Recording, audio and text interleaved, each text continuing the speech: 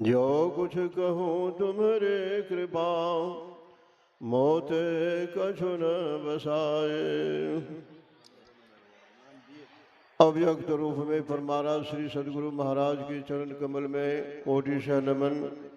उनके ही हृदय स्वरूप महर्षि परम पूज्य श्री साहिब स्वामी जी महाराज के चरण कमल में कोटि से नमन।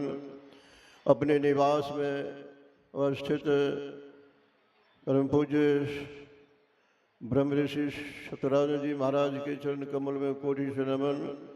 मंच पर उपस्थित साधु गण एवं पंडाल में उपस्थित हमारे जितने भी सत्संग प्रेमी महानुभाव माता एवं बहन हैं, सबको मेरा प्रणाम है। अभी आप लोगों ने सुना गुरु के संबंध में, गुरु की महिमा के संबंध में सुना। सबसे पहले यह सत्संग जो हो रहा है पूज्य धीरेन्द्र ब्रह्मचारी जी के ये अवसर पर, परिनिर्वाण दिवस के अवसर पर यह सत्संग हो रहा है। वो बड़े ही सरल स्वभाव के संत थे। मैं भी उनसे कई बार मिले जाकर के वहाँ अखिल भारतीय जब उधर होता था तो हम लोग जाते थे और बड़ी श्रद्धा से वो रखते थे, भोजन भी कराते थे। इसलिए उनके पुण्य का ही परिणाम है कि आज उनके निवास स्थल पर, जन्म स्थल पर यह महाधिवेशन हो रहा है। तो मैं ऐसे संत को नमन करता हूँ, कोटि से नमन करता हूँ। तो अभी आप लोगों ने सुना है गुरु की महत्ता के संबंध में। तो हमारे सबसे पहले गोस्वामी तुलसीदास जी महाराज गुरु की महत्ता के संबंध में कहते हैं कि बंदो गुरुपद कंज कृपा सिंधु नर रूप हरि महामोह तमपुन जासु बचन रवि करनी कर। कि मैं गुरु के चरण कमल की वंदना करता हूँ, जिनका जो अज्ञानता रूपी अंधकार के लिए, जिनका वचन सूर्य की समान, सूर्य की किरणों के समान है। यानी आपके अंदर में जो अज्ञानता रूपी अंधकार है, उनके वचन से वो सारी अज्ञानता रूपी अंधकार नष्ट हो जाती है। जैसे सूर्य की किरण से अंधकार भाग जाता है, वैसे गुरु के वचन से अज्ञानता रूपी अंधकार भाग जाता है। और हमारे क्या कहते हैं, ये सूरदास जी महाराज भी कहते हैं कि मैं भी गुरु की महत्ता को बताता हूँ कि गुरु बिन ऐसी कौन करे, गुरु बिन ऐसी कौन करे, माला तिलक मनोहर बाना ले श्री छत्र धरे, भव सागर से गुरुत राखे छिन में ले उधरे। यानी गुरु के बिना ऐसा कौन कर सकता है जो भवसागर में डूबते हुए जीवात्मा को अपने उपदेश से, कृपा से क्षण भर में ये संसार सागर से पार कर देते हैं।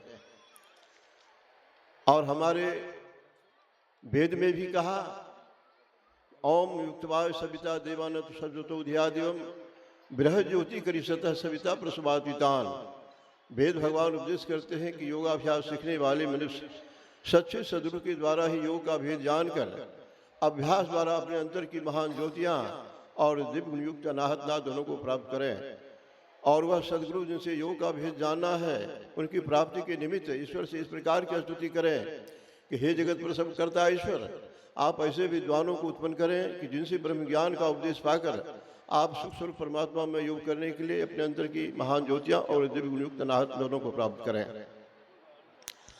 और हमारे उपनिषद कार भी जो सुना, पाठ में भी सुना कि गुरुर् ब्रह्मा गुरुर् विष्णु गुरुदेवो सदा शिवा नौ गुरुर अधिको कश्चिन त्रिषु लोकेषु विद्यते दिव्य ज्ञानोपदेष्टारं देशिकं परमेश्वरम पूजयेत प्रिया भक्त्या तस् ज्ञान फलं भवेत् तथैव गुरुस् तथैव ईश्वर तथैव ईश्वर तथैव गुरु पूजनीयो महाभक्त्या नो भेदो विद्यते अन्यो। गुरु ही ब्रह्मा गुरु ही विष्णु गुरु ही सदाशिव के रूप है। गुरु से बढ़कर के तीनों लोक में कोई नहीं है। दिव्य ज्ञान के उपदेश देने वाले उपस्थित परमेश्वर की भक्ति के साथ उनकी उपासना करनी चाहिए। जैसे गुरु है वैसे ईश है, जैसे ईश है वैसे गुरु है। महान भक्त के लिए गुरु और भगवान में भेद नहीं है। तो यहाँ तो उपनिषदकार कह देते हैं कि गुरु और भगवान में भेद नहीं है, लेकिन हमारे कबीर साहब ने एक स्थल पर कहा कि मैं गुरु को भगवान से भी ज्यादा मानता हूँ। कहा गुरु है बड़े गोविंद ते मन में देखो विचार, हरि सुमरे तो वार है गुरु सुमरे तो पार। कहा गुरु गोविंद से भी यानी परमात्मा से ही बड़े हैं। मन में कहा, मन में जरा विचार करके देखो कि हरि सुमरे तो वार है। यदि कोई विपत्तियां आपके जीवन में आ जाए तो आप उस परमात्मा को याद कीजिएगा, पुकारिएगा। तो यदि आपकी याद अच्छी होगी, पुकार अच्छी होगी, तो परमात्मा सुनेंगे और तत्संबंधी वो विपत्ति जो है आपकी टल जाएगी। लेकिन बार बार आपको जन्मना पड़ेगा, बार बार आपको यह दुख सामने आएगा। लेकिन गुरु की शरण में हम जाते हैं तो गुरु कहते हैं कि देखो, जब तक तुम माता के गर्भ में जाते जन्म लेते रहोगे, आते जाते रहोगे, तब तक यह दुख से छुट्टी नहीं होगी। कितने बार तुम परमात्मा को पुकारोगे, कभी तुम्हारी पुकार सुनेंगे, कभी नहीं सुनेंगे। लेकिन गुरु की शरण में यदि आओगे तो सदा के लिए जन्म मरण के चक्कर से तुम्हारी छुट्टी हो जाएगी, फिर तुम्हारे जीवन में कभी दुख आने का नाम नहीं लेगा। इसलिए गुरु सुमरे तो पार, गुरु की शरण में जाते हैं तो गुरु ऐसी युक्ति बता देते हैं जिस युक्ति के ऊपर चलने से हमारा आवागमन का चक्र जो है तो सदा के लिए समाप्त हो जाता है। और हमारे गुरुदेव के भी वचन में आपने सुना, गुरुदेव ही कहते हैं कि अति पावन गुरु मंत्र मन ही मन जाप जपो, उपकारी गुरु रूप को मानस ध्यान थपो। कि गुरु का रूप जो होता है बहुत पवित्र होता है ना, उपकारी होते हैं, संसार के जीवों का कल्याण करने वाले होते हैं वो रूप। जितने भी देवी देव हैं, देवी देव समस्त पूर्ण ब्रह्म परम प्रभु गुरु में करे निवास, कहते हैं संत सबू। देखिए कि जितने देवी देवता है पूर्ण ब्रह्म परमात्मा तक गुरु में ही निवास करते हैं, इस तरह की बात कहते हैं, है ना। इसलिए कहा कि गुरु की शरण में हम लोग चल के और उनसे दीक्षा मंत्र लेकर करके हम इस भवसागर से पार हो सकते हैं। और हमारे कबीर भवसागर से पार के संबंध में कबीर साहब ने कहा कि गुरु बिनु नहीं निसै तारा जीव को, गुरु बिनु नहीं निसै तारा हो। अरे कोटि कल्प कोई काशी सेवे, करता नेम अचारा।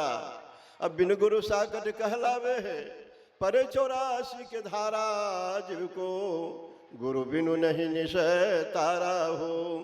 गुरु बिनु नहीं निसै तारा जीव को, गुरु बिनु नहीं निसै तारा हो।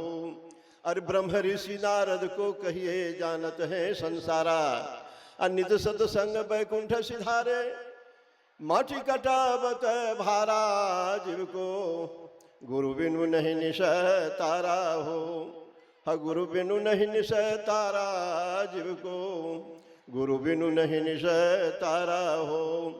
अरे यह संसार सागर कर जानो, सतगुरु है कंधियारा। अब बिना गुरु कोई पार न जई है, भवसागर की धारा जीव को, गुरु बिनु नहीं निसै तारा हो।